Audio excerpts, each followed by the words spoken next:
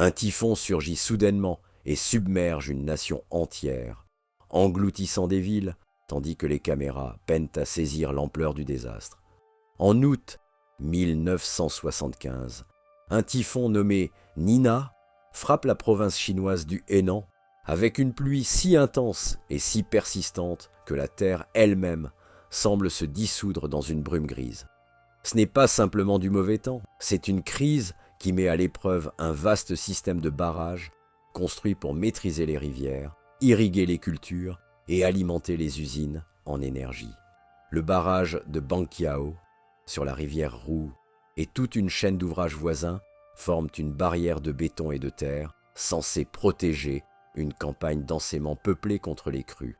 À l'époque de la modernisation rapide, ingénieurs et responsables sont convaincus que la technologie peut dompter les forces de la nature. Ce qui va se produire deviendra l'une des catastrophes de barrages les plus dévastatrices du XXe siècle, et pourtant l'une des moins connues.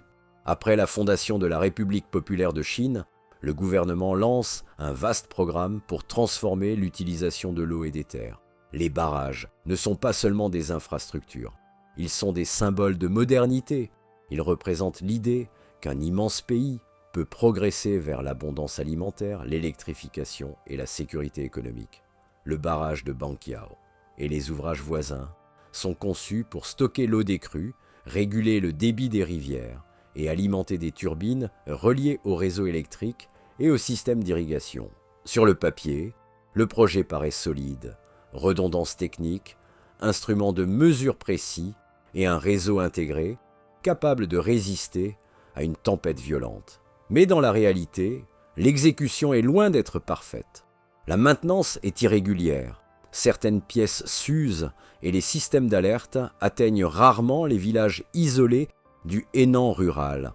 Avant même l'arrivée du typhon Nina, les ingénieurs doivent déjà faire face à l'accumulation de sédiments, à des vannes vieillissantes et à un manque de personnel. Le système incarne l'élan d'un pays en pleine modernisation, mais il repose sur un équilibre fragile entre théorie d'ingénierie et réalité du terrain. Lorsque le typhon Nina frappe la région, les pluies dépassent toutes les capacités prévues par le système. Les réservoirs se remplissent rapidement, les déversoirs se bloquent et les signaux d'alerte qui auraient dû résonner dans les salles de contrôle n'atteignent jamais les villages où les habitants dorment encore. La structure du barrage de Banqiao commence alors à céder dans une succession d'événements que les planificateurs n'avaient pas anticipés. D'abord les petites vannes, puis les structures plus importantes. Finalement, toute la chaîne de barrage du réseau cède face à la montée des eaux. L'eau se déverse dans les vallées avec une force presque mécanique. Des villages qui vivaient depuis des générations au bord de la rivière disparaissent en quelques minutes. La crue ne fait aucune distinction entre agriculteurs et ouvriers. Elle emporte maisons, récoltes et souvenirs. Les greniers deviennent de la boue, les anciens aqueducs s'effondrent et l'air se remplit de l'odeur du béton humide, du carburant et du bétail. Le sol tremble sous la puissance de l'eau et la nuit résonne comme une succession de murs qui s'écroulent. C'est une catastrophe brutale qui ne laisse aucune place à la préparation, seulement à la survie. Les habitants se réveillent dans la chaleur et la peur, et non au rythme paisible du matin. Bateaux, bicyclettes et troupeaux disparaissent sous les eaux.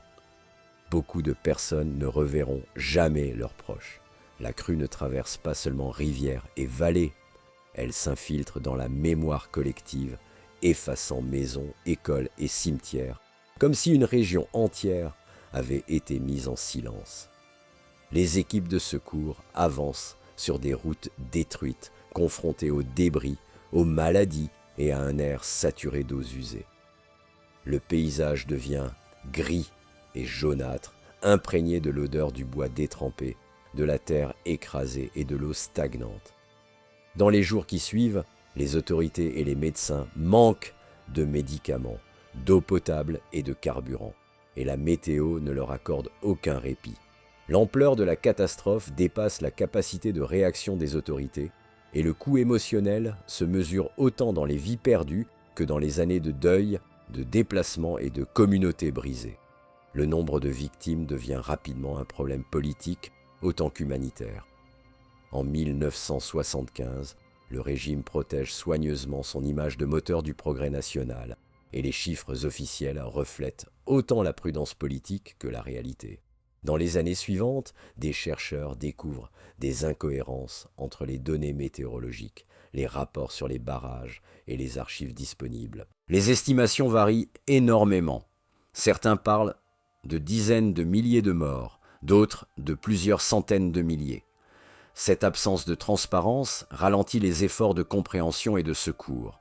Les survivants et leurs familles doivent reconstituer l'histoire à partir d'indices fragmentaires plutôt que d'un récit officiel complet. La leçon de ce silence dépasse la question des chiffres. Elle concerne la responsabilité, la communication des risques et l'importance d'écouter les avertissements, même lorsqu'ils viennent de voix éloignées du pouvoir. Malgré tout, la catastrophe devient un point de référence majeur dans l'étude des risques liés aux crues. Ingénieurs et responsables politiques analysent en détail les causes de l'échec. Marge de sécurité insuffisante, manque de redondance, surveillance inadéquate des barrages. L'événement de Banqiao conduit à des réformes importantes dans la conception des barrages, la modélisation hydrologique, la planification des urgences et les systèmes d'alerte publique. Ces nouvelles approches insistent davantage sur la diffusion rapide de l'information aux populations locales. La catastrophe contribue aussi à ouvrir un débat international sur la gestion des inondations. Comment mesurer les pluies extrêmes, comment canaliser les crues, comment organiser l'évacuation et comment maintenir les services essentiels pendant une crise. Dans les décennies suivantes, l'ingénierie des barrages adopte des hypothèses plus prudentes et des marges de sécurité plus élevées, influençant de nombreux projets hydrauliques à travers le monde. Mais l'histoire de Banqiao ne se résume pas seulement à l'ampleur de la tragédie. Son héritage réside aussi dans les changements qu'elle a provoqués. Si la catastrophe reste un souvenir douloureux dans le Henan et dans les archives de l'ingénierie hydraulique, elle a aussi servi de leçon internationale. Elle rappelle l'importance de se préparer au pire, tout en cherchant constamment à améliorer les systèmes existants. Le désastre a contribué à instaurer une approche plus transparente de la gestion des risques et une discipline plus rigoureuse dans la maintenance et la surveillance des infrastructures. Si l'on écoute la mémoire de la rivière, on entend un message de prudence et de résilience.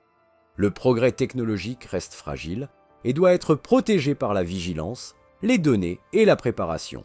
Banqiao n'est pas seulement une catastrophe historique. C'est un tournant dans la manière dont l'humanité conçoit la gestion des infrastructures, apprend l'humilité face à la nature et construit des systèmes capables de résister aux tempêtes imprévisibles d'un monde en mutation. Banqiao rappelle que la frontière entre réussite et catastrophe dans les grandes infrastructures est extrêmement fine et que la responsabilité des ingénieurs, des gouvernements et des communautés est de rester du bon côté de cette frontière, même lorsque la nature met leur prudence à l'épreuve.